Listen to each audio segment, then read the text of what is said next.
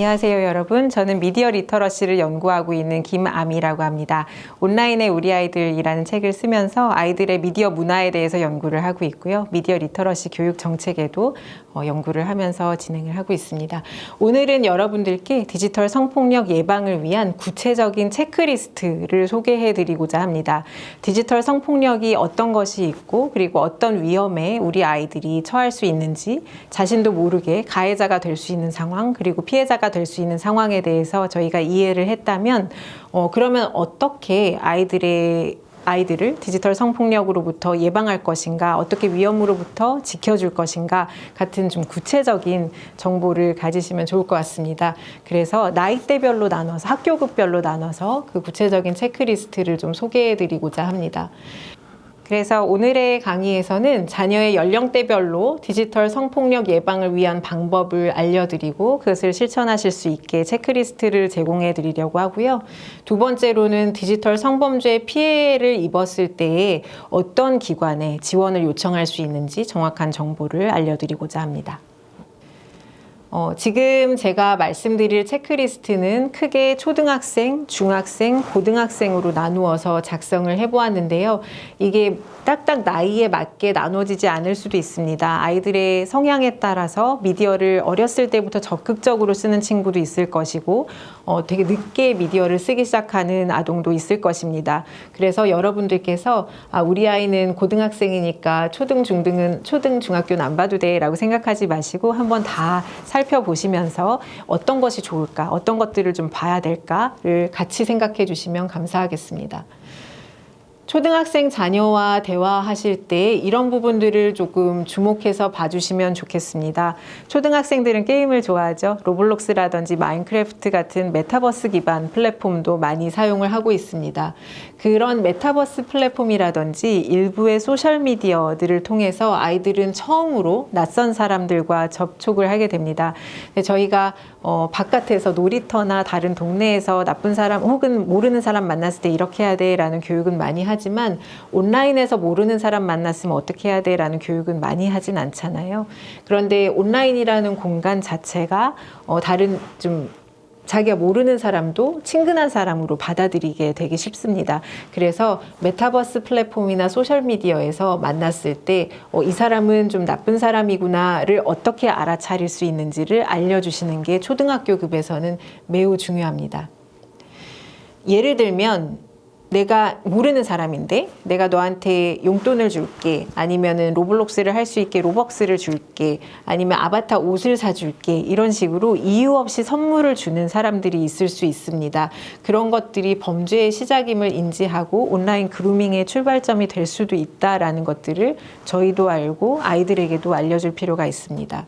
아이들에게 온라인 그루밍이라는 용어를 정확하게 그러니까 이야기를 해주지 않아도 좋지만 이러한 징후들이 있을 때 부모님에게 혹은 양육자에게 와서 말을 해줘라 라는 것들은 정확하게 말씀을 해주셔야 됩니다.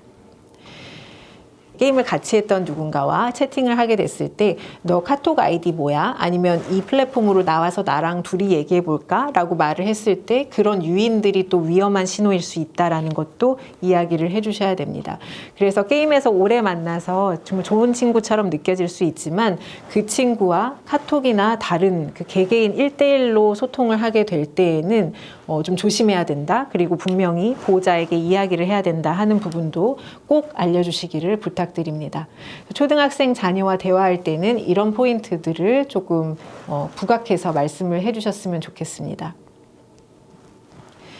온라인 그루밍에 대해서 좀 말씀을 드려보고자 합니다. 사실은 온라인 그루밍이라고 할 때 낯선 사람이 아이에게 접근해서 그 아이에게 자꾸 친근하게 다루면서 이 아이를 결국은 이제 성착취 같은 것으로 이어가는 것이 온라인 그루밍이다라고 이해를 하고 계실 텐데요. 그 온라인 그루밍이 이어지는 이 6가지 단계를 저희가 한번 알게 되면 아이들의 징후를 포착하는 데 좀 도움이 될 수 있습니다. 그래서 6가지 단계를 말씀을 드려보고자 합니다. 온라인 그루밍의 단계가 1단계에서 6단계가 있다라고 전문가들은 이야기를 합니다. 처음에는 가해자가 피해자를 먼저 고르는 상황들이 있습니다. 그 피해자가 무엇을 원하는지, 취미가 뭔지, 관심사가 뭔지, 어떻게 호기심을 가지고 있는지 같은 것들을 파악하고요. 이 피해자의 그 취약점도 파악을 합니다. 외로움을 많이 느끼고 있는지, 혹시 가출한 아이인지, 빈곤의 상황에 있는지, 방임의 상황에 있는지, 나이가 너무 어린다든지 그렇게 취약점을 파악해서 그것을 파고들게 됩니다.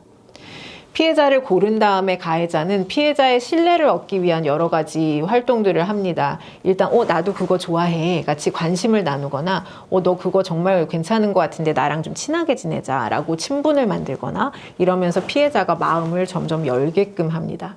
그리고 나서 이제 피해자의 욕구를 충족시켜주는 행동들을 하는데요.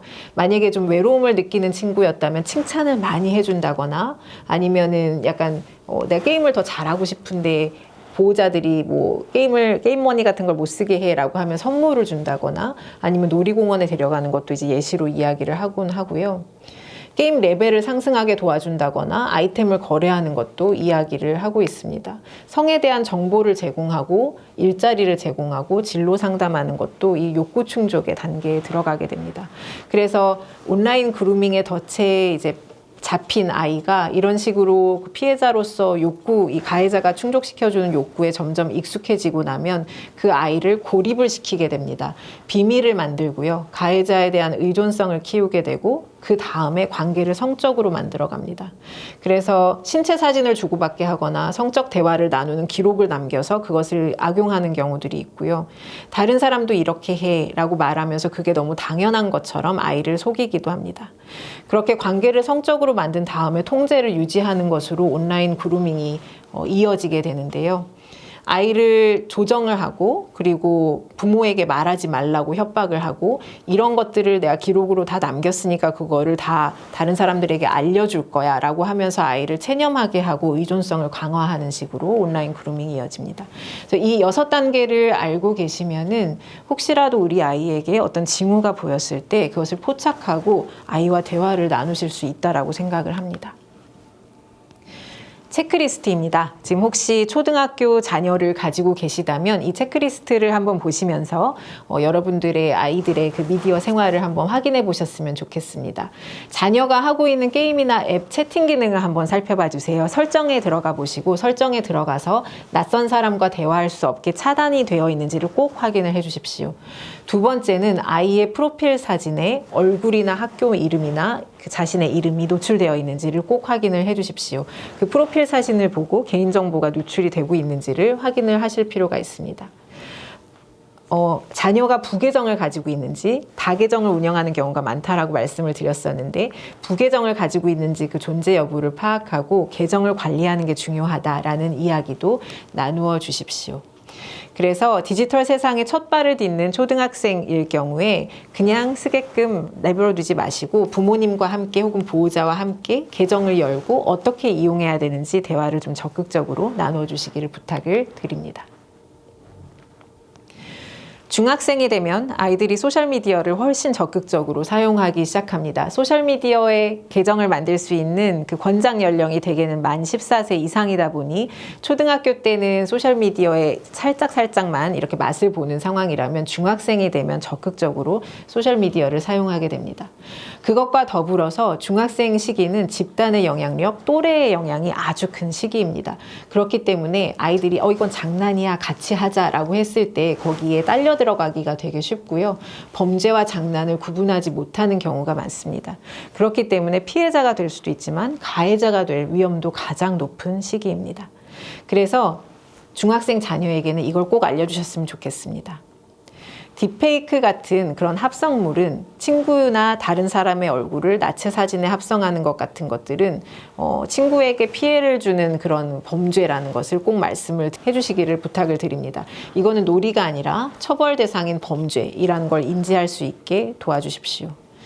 그리고 아까 또 말씀드렸듯이 불법 촬영물이나 합성물을 다운로드하거나 시청, 소유하는 것도 범죄라는 것.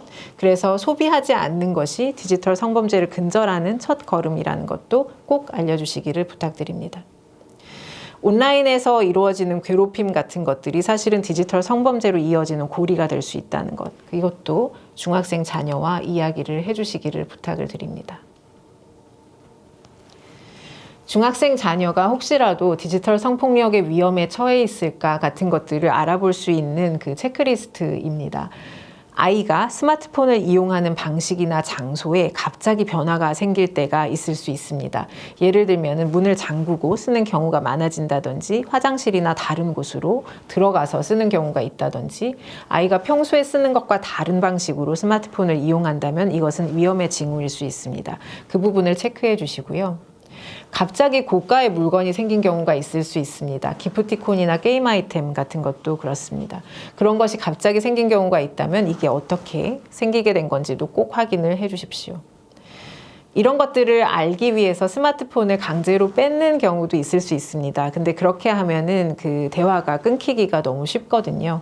그래서 그 사춘기 자녀의 경우에 스마트폰을 강제로 뺏거나 내용을 허락 없이 보거나 하지 마시고요. 내가 걱정이 돼서 그런다? 이런 것들은 우리가 한번 이야기를 해봤으면 좋겠다. 이건 디지털 성폭력이라는 것에 위험이 있어서 내가 이렇게 얘기를 하는 거다라고 설득을 해주시는 게 중요합니다.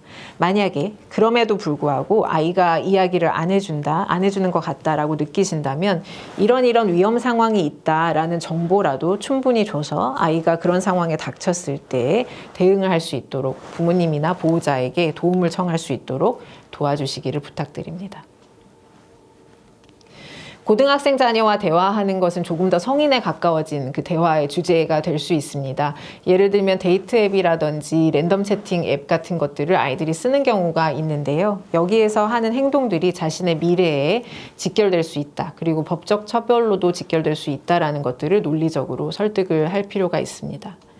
그래서 그 영상통화, 모르는 사람과 랜덤 채팅에서 영상통화를 하다가 몸캠 피싱처럼 이제 협박당하는 사례가 있다라는 것도 알려주면 좋고요.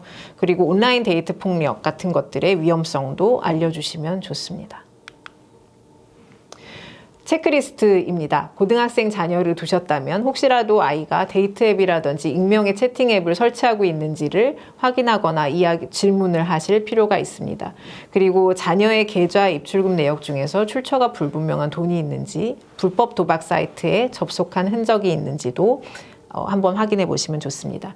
특히 불법 도박 사이트 같은 경우에 성범죄 사이트와 배너로 연결되는 경우가 많습니다. 그래서 이 부분도 정확하게 확인을 좀 해주시거나 이 정보를 주시는 것도 중요합니다.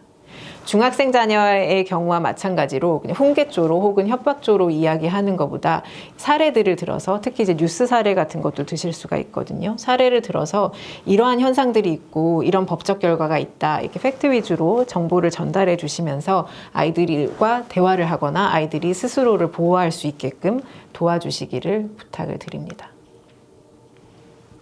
끝으로 디지털 성폭력이나 성범죄 피해를 입었을 때 지원을 받을 수 있는 기관 정보를 알려드리겠습니다. 디지털 성범죄 피해자 지원센터가 있습니다. 중앙에 센터도 있고요. 그리고 각 지역별로 센터가 있습니다. 그 센터에 연락을 하시면 피해 상담, 특히 이제 딥페이크 성착취물 같은 경우에 피해자를 지원하는 그 일들을 하고 있는데 피해 상담을 받거나 삭제 지원을 받거나 유포 현황을 모니터링하거나 수사, 의료, 법률 지원으로 연계를 할 수가 있습니다. 상담 전화번호, 지금 화면에 보고 계신 상담 전화번호가 있고요. 만약에 근무 외 시간이다라고 하면 1366번호로 전화를 하시면 24시간 통화가 가능합니다.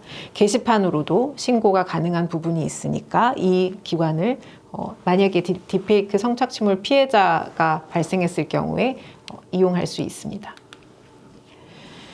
두 번째, 저희가 지원받을 수 있는 기관은 방송통신심의위원회입니다. 특히 디지털 성범죄 관련해서 원스톱 신고 ARS를 마련하고 있습니다. 1377 누르시고 3번을 누르시면은 그 부분으로 신고로 연결이 되고 있고요.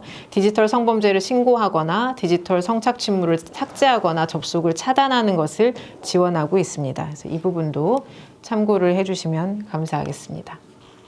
마지막으로 경찰청 사이버범죄 신고 시스템이 있습니다. 온라인으로 접속을 하시면은 그 범죄를 신고할 수 있는 부분이 있고 또 전화로도 신고할 수 있는 그 정보들이 들어가 있습니다.